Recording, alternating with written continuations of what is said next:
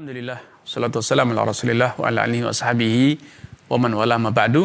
Saudara Muhammad Arif di Sumatera Utara bertanya, bibi saya memiliki tanah yang di atasnya ada bangunan rumah dan 2 kios.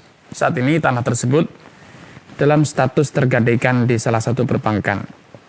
Di samping hutang dengan bank, sebelumnya bibi saya juga memiliki hutang-hutang lain dengan kartu kredit dari beberapa bank. Total hutang dengan kartu kredit tersebut adalah 180 juta, maka total hutang untuk bangunan dan juga kartu kredit itu adalah 430 juta. Saat ini beliau sudah menyadari bahaya riba dan ia sudah tidak mampu membayar hutang-hutang tersebut. Karena itu saat ini yang membayar cicilan hutang itu adalah anak laki-lakinya dengan perkiraan lunas dalam masa 10 tahun lagi. Karena sulit menjual, di samping itu ia juga berusaha menjual tanah yang ada rumah dan 2 kios tersebut dengan harga 900 juta, namun belum berhasil untuk melunasi seluruh hutangnya. Karena sulit menjual tanah dan bangunan tersebut, saya menawarkan kepada saya untuk membeli 2 kios yang dimilikinya tersebut seharga 180 juta untuk menyelesaikan hutang kartu kredit. Sebab hutang kartu kredit tersebut tidak bisa ia bayar dan tidak ada lagi dari anaknya yang bisa membayarnya. Pertanyaan saya, bolehkah saya membeli 2 kios milik bibi saya tersebut agar ia bisa lepas dari hutang kartu kredit itu? Status kios ini masih termasuk dalam tanah yang menjadi jaminan hutang di BRI atau di bank yang dalam tanggungan anaknya yang katanya selesai cicilan yang dalam 10 tahun. Ya. Terima kasih kepada saudara Muhammad Arif atas kebersamaannya. Semoga Allah Subhanahu wa taala menambahkan taufik hidayah kepada Anda, keluarga dan juga seluruh pemirsa Fatwa TV dimanapun Anda berada. Dari pertanyaan yang telah Anda utarakan, nampak dengan jelas bahwa yang tergadaikan di perbankan itu adalah tanahnya saja, adapun bangunannya tidak tergadaikan.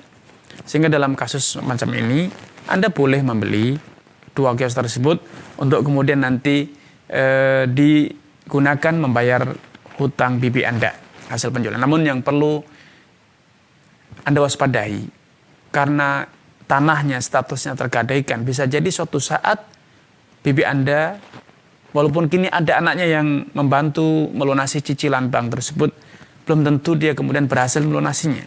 Sehingga tanah itu bisa jadi suatu saat akan disita oleh bank kemudian dilelang.